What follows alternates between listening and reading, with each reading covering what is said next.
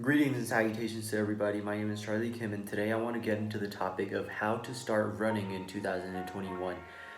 Now, the new year just started, and I know a lot of you guys might be wanting to start running consistently, and it might be something that you guys have wanted to, do for a long time, but didn't really get a chance to start. So I want to share with you guys 5 useful tips that I came up with that I think are going to help you guys start running. So without further ado, I'm gonna get into the tips. So to start things off, one thing that you guys can do right now to start getting yourselves motivated to run and get out the door today is to buy running equipment. I mean, you guys might not have ever run before, and now might be a great time to invest in some running equipment.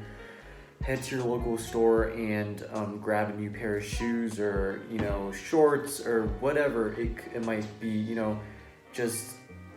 It might be just simple as buying a new gear or an equipment that you guys have been looking for or eyeing on for a while.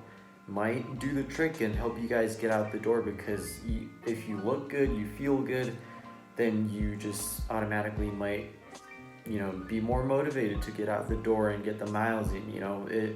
Simple things just like that can actually make the difference. So tip number 2 that I came up with is to really think about the reason why you guys want to run.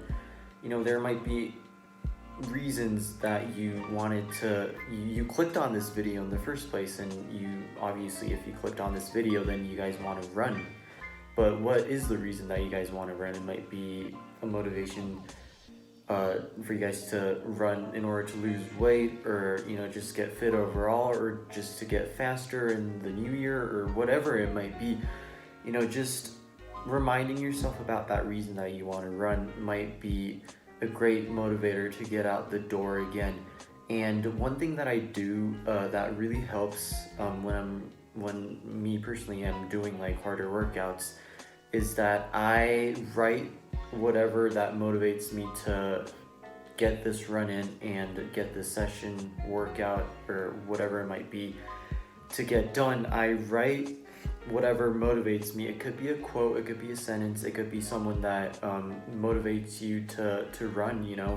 I just write whatever that motivates me down on my hand or my wrist, and whenever things get tough, I just remind myself, try to look at that and just think about the reason why I started running in the first place and the reason that I want to get this done, and that really makes a big difference. Sometimes when things get really tough, I can rely on the initial reason why I started to run and why I want to do this in the first place. Tip number 3 that I want to get into is that setting a goal can help you guys a lot. What I mean by that is, for example, let's say you've never run before and you can run a 5K in like 35 minutes right now, then you can set a goal by promising yourself that you want to run the 5K in less than 30 minutes. You want to run a sub 30 minute 5K by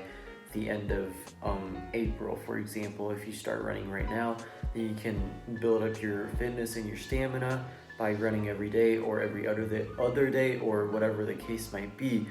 You want to attain the goal of running sub 30 minutes in the 5K by April. That's just an example. It can be whatever number, whatever distance, or whatever the case might be for you guys. Setting a goal and working toward that goal every single day might motivate you to just get better at the sport. And another thing that can be a motivating factor is that you can sign up for your local park run or races or whatever the case might be. Right now, I am aware because of the pandemic, a lot of races are canceled, therefore there aren't that many events that's going on right now.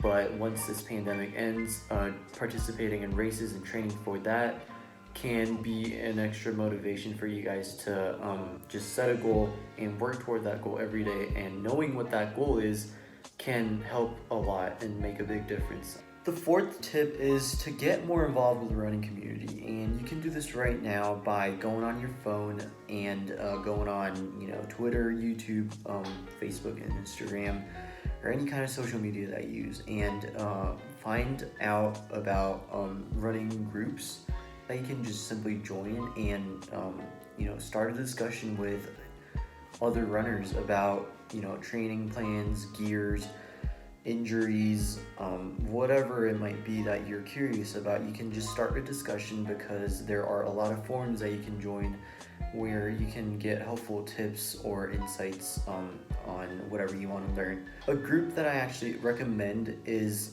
is made by a YouTuber called Seth James Demore. He is on YouTube. He's on Facebook. I think he's most active on Facebook. And his name is Seth James Demore.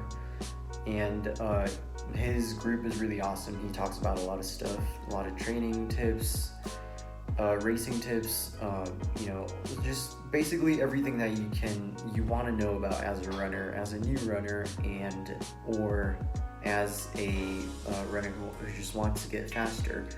So check his page out, check his channel out, and he makes a lot of awesome YouTube videos, so make sure to check them out, and it's really going to be helpful.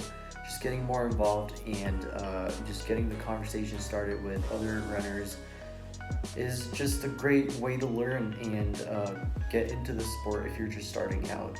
So the fifth and final tip that I want to get into is to get a friend or a family member to run with you.